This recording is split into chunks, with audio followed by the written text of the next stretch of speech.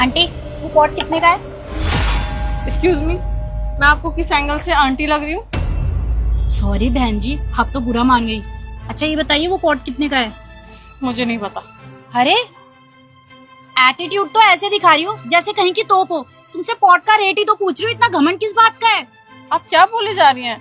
इसमें घमंड वाली क्या बात है? जब मुझे पॉट के रेट नहीं पता तो नहीं पता।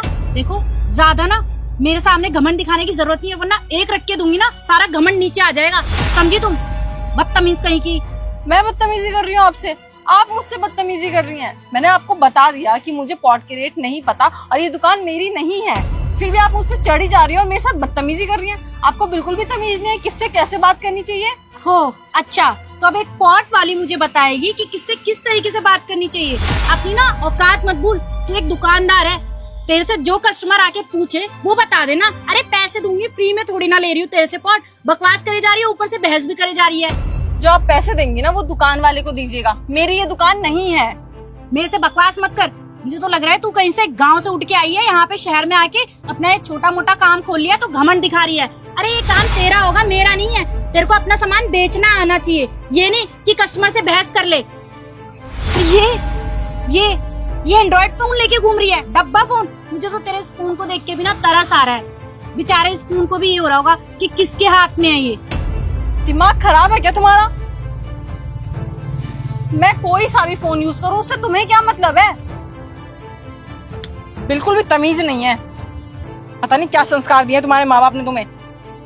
और एक तो पता नहीं ये कहाँ रह गया। ओ हेलो, कौन क्या कहाँ किसको बुलाना चाह रही है? तुझे पता भी है मैं कौन हूँ? तुझे क्या ही पता होगा कि मैं कौन हूँ? मेरे पापा ना पुलिस ऑफिसर हैं और पता है मैं कितनी अमीर हूँ। ये देख आईफोन है, ये 1 लाख का फोन है। तुझे तो ये भी नहीं पता होगा कि 1 लाख में जीरो कितने होते हैं। हो आई एम रियली सॉरी, मैंने तुझे ये बताया कि मेरे पास आईफोन है। अब तुझे बहुत छोटा फील हो रहा होगा ना। तुझे पता है मेरे पास ना 4 गाड़ियां हैं और मेरा खुद का बंगलो है, और मेरे पापा का बंगलो अलग है। अगर मैंने अपने पापा को एक कॉल करी ना और तेरी हरकत के बारे में बताया तो तुझे और तेरे इस काम को उठवा के फेंकवा देंगे, समझी? कौन है तुम्हारे पापा?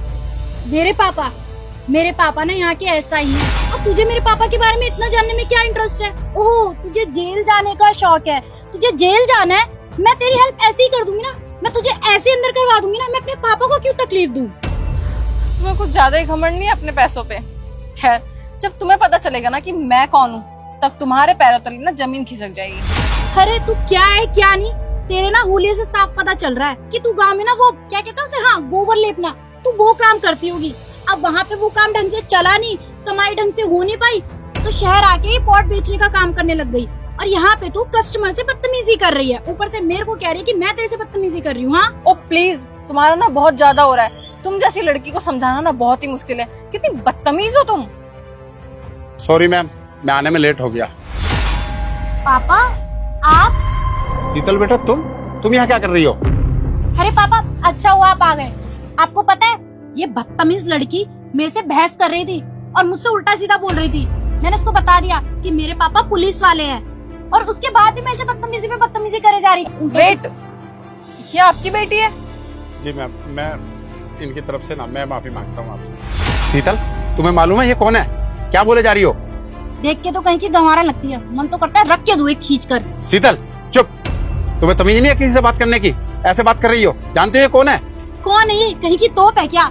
ये यहाँ की न्यू IAS अफसर है। हाँ, तूने पता नहीं क्या क्या बदतमीजी करी इनके साथ में। आज तू मेरी नौकरी जरूर खाएगी। मैम शट अप, रहने दो। अंकल जी, मुझे एक बात समझ नहीं आती कि आपने अपनी बेटी को ऐसे संस्कार दिए हैं। इसे बिल्कुल तमीज नहीं है कि किससे किस तरीके से बात करनी चाहिए। अच्छा ठीक है, अगर मैं यहाँ पे पॉट बेचने वाली होती तो मुझसे ये इस तरीके से बात करती। चलो अभी तो ये मुझे सॉरी बोल रही है, लेकिन पता नहीं ये औरों से किस तरीके से बिहेव करती हो। और एक और बात अंकल जी, आपकी बेटी ने मुझे बताया कि आपके पास 5 बंगलो हैं और आपने इसको अलग बंगलो दिया हुआ है और आपके पास 4 गाड़ियां हैं। इतने सारे पैसे आपके पास आए कहाँ से? इस पोस्ट पे इतने पैसे तो नहीं होते हैं। और आपने अभी कुछ टाइम पहले ही रिज्वाइन किया है ना, आप तो ऑफ पे थे काफी दिन से। मैम मैं झूठ बोल रही थी, वो आपके सामने ऐसी फेंक रही थी। Ma'am I am really sorry, मुझे माफ़ कर दीजिए, मैं आपके आगे हाथ जोड़ती हूँ। मेरे पापा को आप जॉब से मत निकालिएगा प्लीज़। प्लीज माफी मांगने की ना कोई जरूरत नहीं है, क्योंकि मुझे अच्छी तरीके से पता है तुम मुझसे माफी इसलिए नहीं मांग रही कि तुम्हें अपनी गलती का एहसास है। तुम मुझसे माफी इसलिए मांग रही हो ताकि मैं तुम्हारे पापा को जॉब से ना निकालूं। और तुम क्या बोल रही थी कि मैंने ये साड़ी पहनी हुई है, मैं गांव की गंवार हूँ, मैं वो गोबर लेपने वाली हूँ, और पता नहीं क्या क्या बोला तुमने। मैंने तो सही से सुना भी नहीं, क्योंकि फालतू की बातें मैं सुना नहीं करती। तुम्हें पता है जिस देश में हम रह रहे हैं ना, उसकी संस्कृति ना इन्हीं कपड़ों में है, ना कि इन कपड़ों में जो तुमने पहना हुआ है। तुम ये शॉर्ट कपड़े पहन के इंग्लिश बोल के अपने आप को काफी कूल समझती हो ना, बट ये बिल्कुल भी कूल नहीं है। ये एक बदतमीजी की निशानी है जो तुम हो, बदतमीज लड़की। तुम ना कभी नहीं सुधर सकती। खैर एक और बात, मैं तुम्हारे पापा को जॉब से नहीं निकालूंगी, क्योंकि जितनी भी गलती करी है ना वो तुमने करी है, ना कि तुम्हारे पापा ने। मैं तुम्हारे पापा को अच्छे से जानती हूँ, वो काफी अच्छे इंसान है और एक अच्छे ऑफिसर हैं। पर अंकल जी, मैं आपसे सिर्फ एक ही बात कहना चाहूंगी कि थोड़ी तमीज ना अपनी बेटी को भी सिखाओ। जितना ध्यान आप अपनी ड्यूटी पे देते हो ना, उतना अपनी बेटी पे भी दो, क्योंकि इसे तमीज सीखने की बहुत जरूरत है। इससे ज्यादा तो मैं कुछ कह नहीं सकती। जी मैम साहब, आप बिल्कुल सही कह रही है। मैं ना इस पर हमेशा ध्यान रखूंगा इसका, और हाँ, मैं माफ़ी मांगता हूँ इसकी तरफ से। आप माफी मत मांगिए, आपकी कोई गलती नहीं है। चले।